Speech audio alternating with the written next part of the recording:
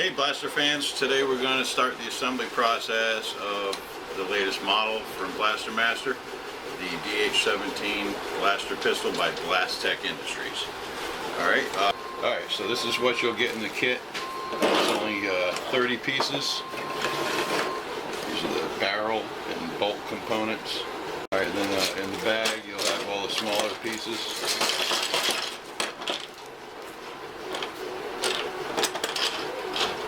Okay, I'm also the process with the barrel assembly. This is very straightforward. You see this is the back barrel section with the notch for the breech. All you gotta do is put these together and make sure that that slot lines up. And I'm just gonna get that in there perfect. And I'm going to hold that for about 20 seconds while it dries. Down here, you need to clear that with, I use a rotary tool, but you can use a pair of needle nose pliers and a knife to get most of it. This is support, so I'm going to set that aside to dry. I'm not going to glue this to the other barrel assembly because this part here is painted silver. So it's easier to paint. Instead of masking it off and waiting for coats to dry, it's easier to just not glue it in until it's ready, painted.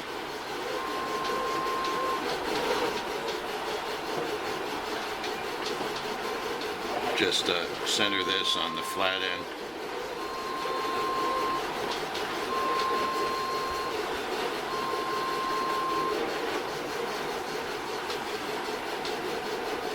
On top of the barrel, we need to clean away all this support structure.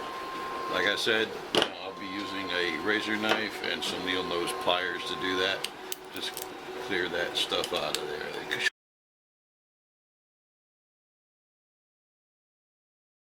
Around the end, you can take those off, and then you'll notice inside there's a way you got to go through here. Anyway, get that all cleaned out and ready, and then we'll go take all these parts, including this. Now that goes under, that's just for the printing. So now when you're sanding this, that's going to take a lot of work, but it will sand smooth. Okay, so there's enough material there for you.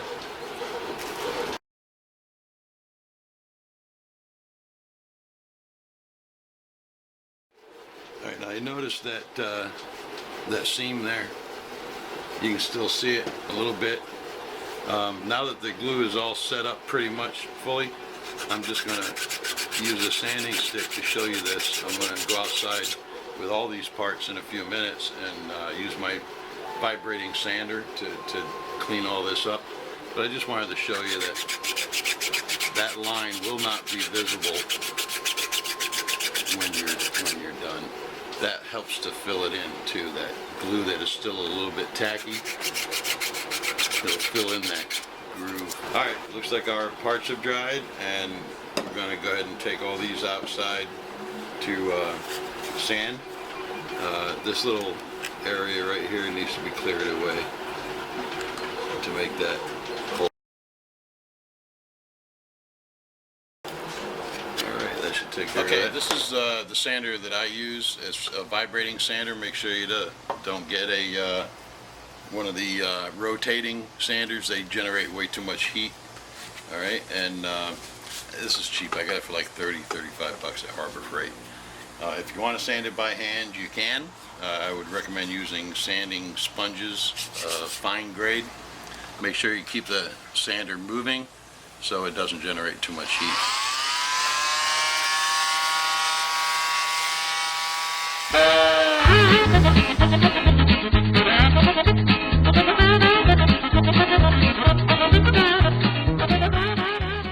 On this seam right here, where the two barrel sections meet, you'll see that thing vanish as you see these striations, these lines from the layering process disappear. You'll see that that disappears too.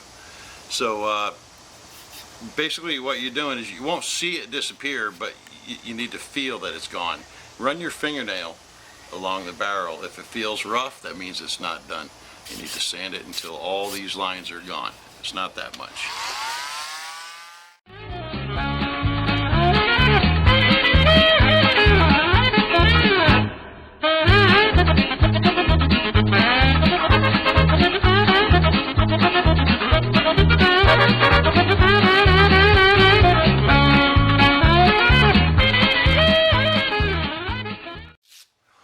Oh, I forgot to mention I'm using 120 grit sandpaper for the rough sanding, and then I'll go over it with the 220 sanding sponge to finish it up after the assembly.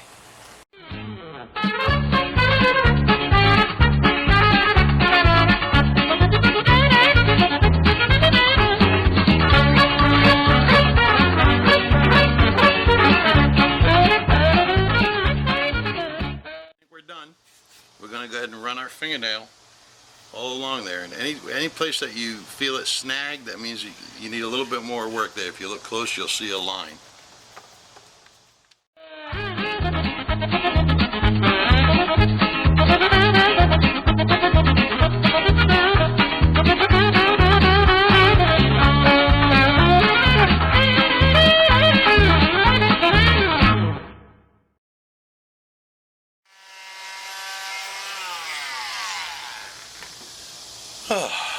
Okay, all right. Oof, boy.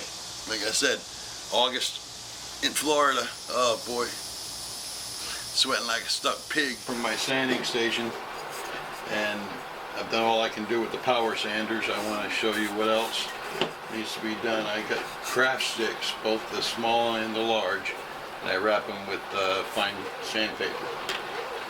Alright, so I'm going to take the edge of that stick, and now I'm going to get in these grooves because I couldn't do that out there. Okay, also, this area on the barrel, this is a hard section for the printer to do, so it's a little rough. So you just need to clean that up with a little bit of, hand sandpaper or the edge of this. I'll just take a little piece of sandpaper and get in there and clean that. Also finished taking out the rest of the inside supports there. Make sure that that fits in there properly, and it does. Alright, so also the scope has some small areas that you have to get at with the sanding stick, so take care of those carefully. And then these pieces of the scope, all these other small pieces here are going to have to be done by hand. So you just use your sticks and some paper and you can get that. Oh, let me show you this. Take a piece of sandpaper and put it on the barrel so you have the proper contour. Okay? And then you can sand most of this. Don't forget that little tit needs to be there, so don't get rid of that. But you can make this really nice and smooth, and it'll match the barrel surface perfectly. These little pieces here, some of it's going to have some of this support structure on it. All you got to do is cut that away with your knife. And then do the same thing with this one. You put it on the piece of sandpaper and you sand it like that. It'll make it have a nice fit. Be real careful when working with these tools.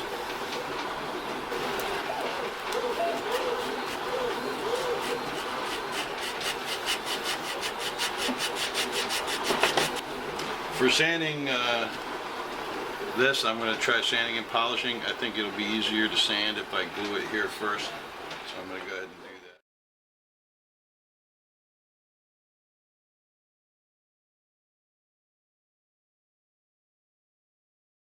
Alright, I guess we can, alright, I'm going to clean up the rest of these parts and then I'll come back. To run a sanding stick through this groove here, make sure it's nice and smooth.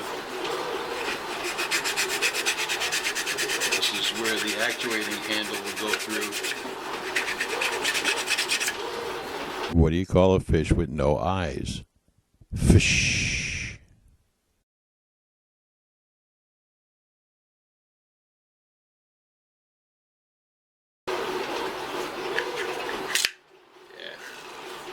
Told you this would sand nice and smooth. See that? Got a nice shape to it. Alright, so we got to glue the two halves of the scope middle section together. Now I always sand with a stick like this for mating surfaces. Make sure everything is really nice and flush, square, whatever.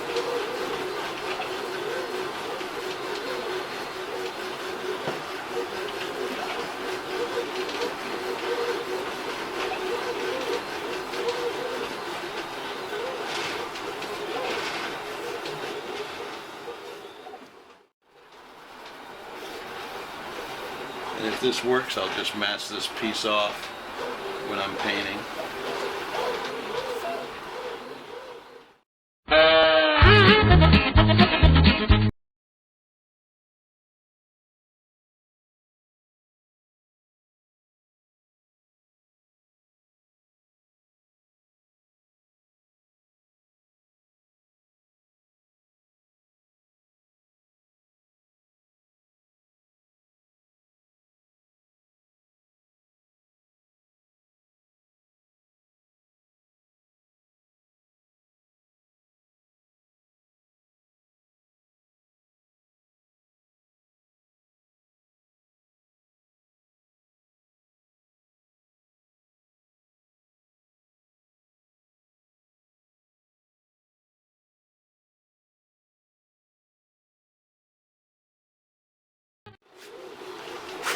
Yeah, that looks pretty good to me.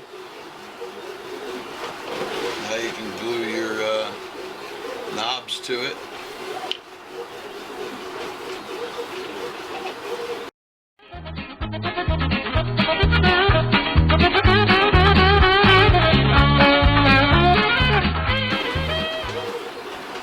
Alright, we'll finish the scope in a little while. Let's go ahead and glue our trigger halves together. They line up only one way. I sanded this to make sure that everything lines up.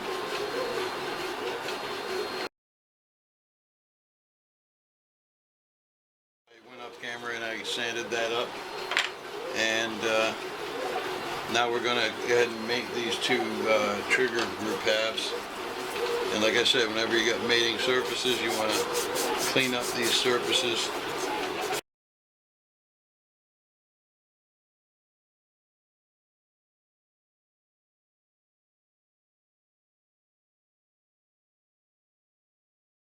Alright, so on this one with the spring, you want to place the trigger in there. It only goes in one way. The short race is on the bottom. Let's make sure that we sanded it good enough to fit.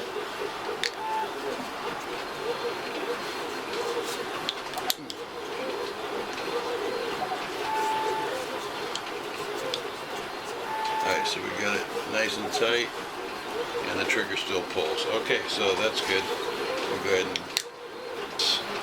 You don't have to sand this piece, but put that in the hole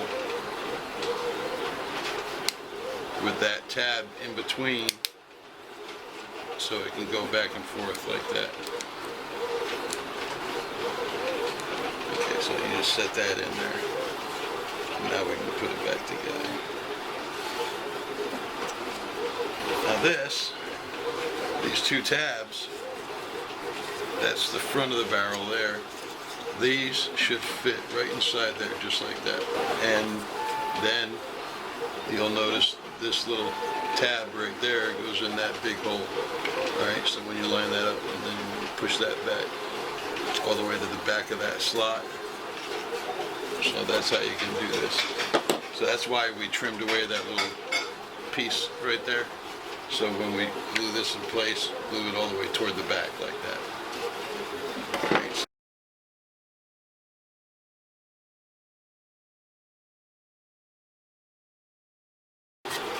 Barrel,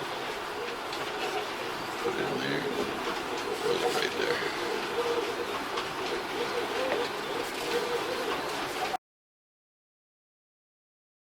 Don't forget, put some glue there for the side of the trigger group, right along this edge, and then right along there. And I'll put that peg in place and then hold that in place right there, making sure that it's flush right on that side up to the barrel.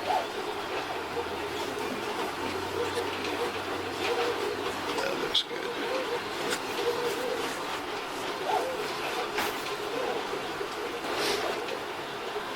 We can go ahead and glue our rail in place. I got this little peg here that you can glue right in the front there to give you an alignment.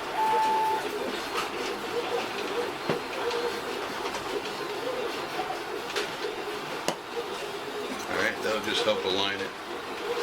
Now let's clean this up.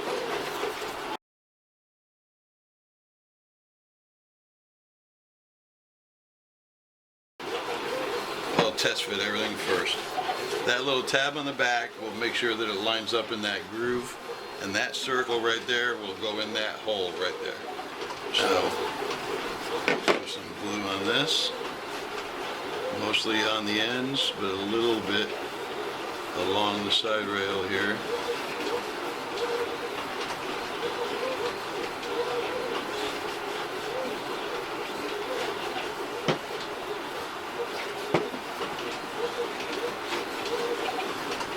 So we'll put that in the hole, and then we'll feel it line up in the back also. And we'll hold that in place. I'm even gonna do that so it sits right good on the barrel. Okay. Oh, and I didn't do this. So far we got our receiver pretty much done.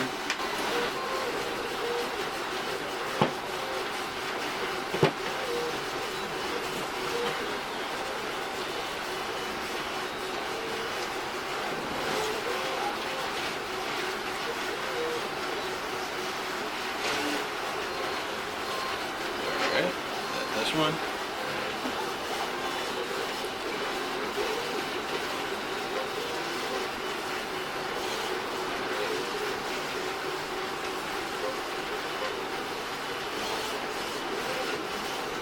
Alright, hold that in place.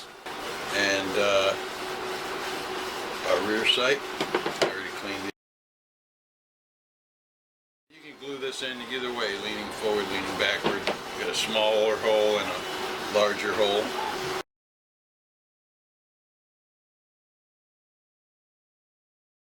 And you just put that in.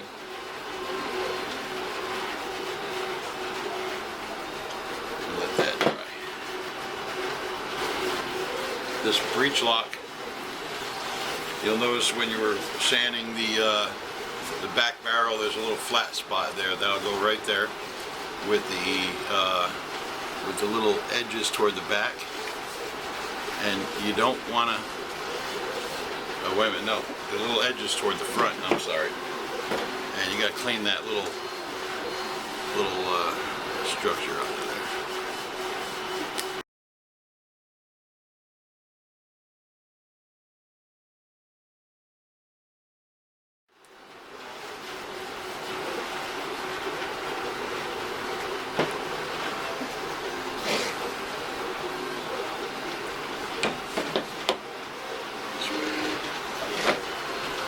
And don't put it all the way up against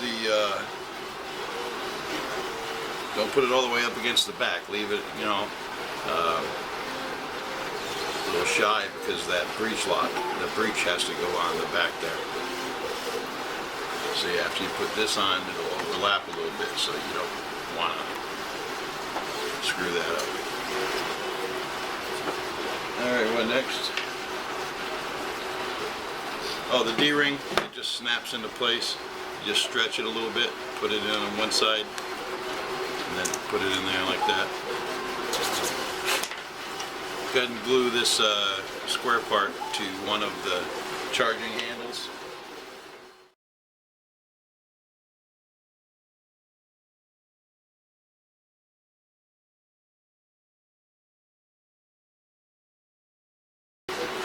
And we'll let that dry good and hard. And we're not going to glue our safety switch on yet, our select fire switch.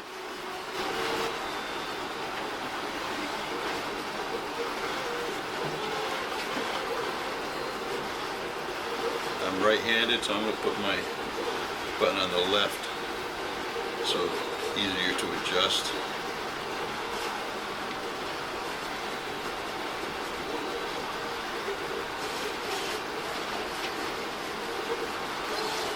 Alright, that till it dries. What's next? I'm going to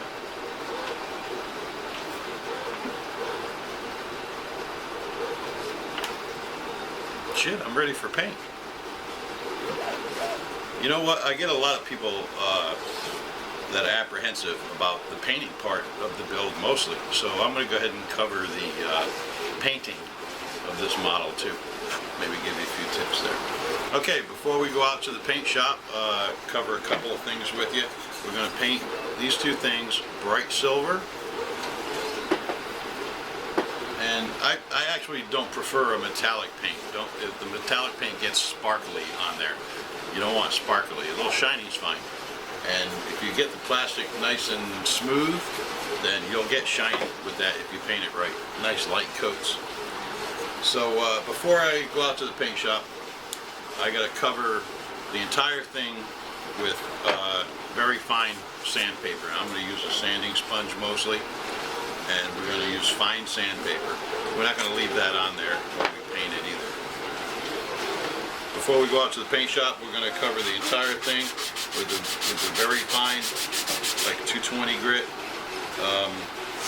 sanding sponge. And this one gets in all the cracks and crevices. You'll notice when you start to use the fine too, that it'll actually get a little bit of a sheen to the plastic. You'll see that it gets a lot smoother, like glass. So when you paint that, you'll get a beautiful finish. So this next morning, I let all these parts dry overnight so I can handle them. And we're going to go ahead and finish the assembly on the DH-17 blaster. I did end up putting another coat on the parts out there just to give it a more durable finish. And man, it came out really good. I mean, look at the way that they shine too. I mean, that came out really nice. All right, so this is our base here. I'm gonna line up that little groove in there with that slot. I'm gonna take this little Y-shaped piece. I'm going to make sure that since I painted it, everything fits right before I put a little glue on there. So we just put that down in there. Oh yeah, it fits nicely.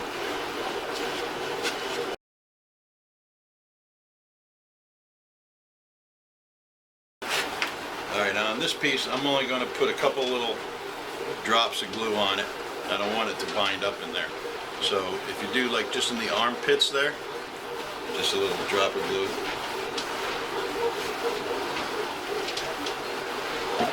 That way when you drop it down in there,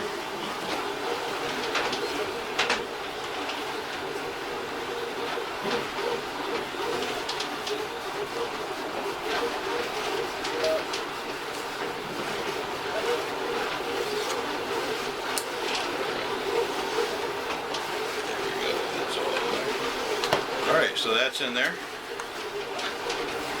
Now we can glue on our front barrel section. I'm just going to take the least attractive spot on it and put that at the bottom, just like that. I'll hold that in place until it dries. This one's a lot nicer than the prototype. Came out a lot better.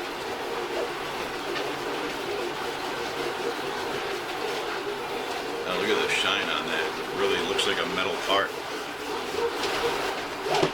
Oh, I really like the way the scope tip came out after I hit that with the fine sandpaper. So you got to jiggle it a little bit because it's a friction fit. So you get one side started and spread it to the other.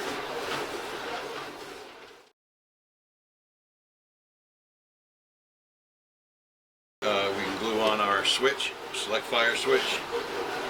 Just one little drop of glue, and then I would advise leaving it overnight before you try to flip it.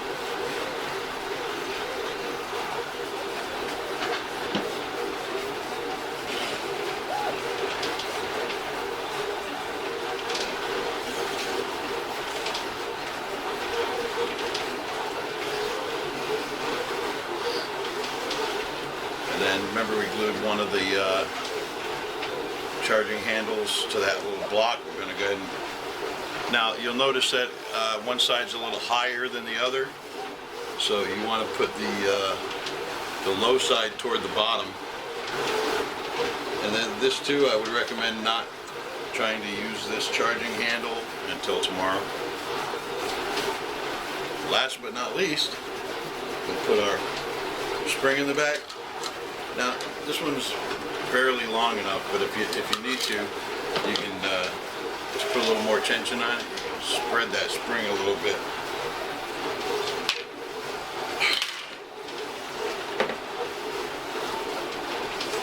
I'm not holding these parts long enough to dry. I get a little impatient. That's pretty sad when you're impatient waiting for super glue. Alright, so we'll put our spring in there. That might be a little too hard, so I'm going to crush it back.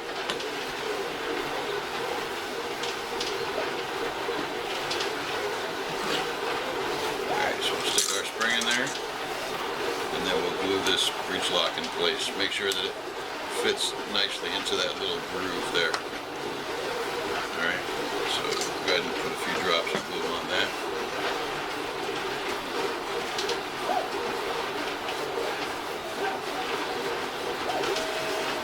I'm just going to glue it in like 3 spots, that way if I ever need to break it free for some reason I can.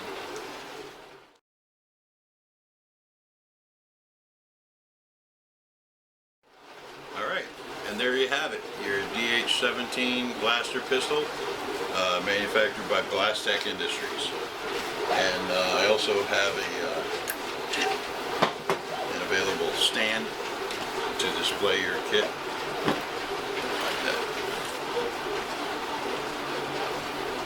Alright, happy building, and my next model I'm releasing, I'll give you a little hint. It kind of looks like this. This is the handle for it. A broom handle. So, alright, I'll see you later.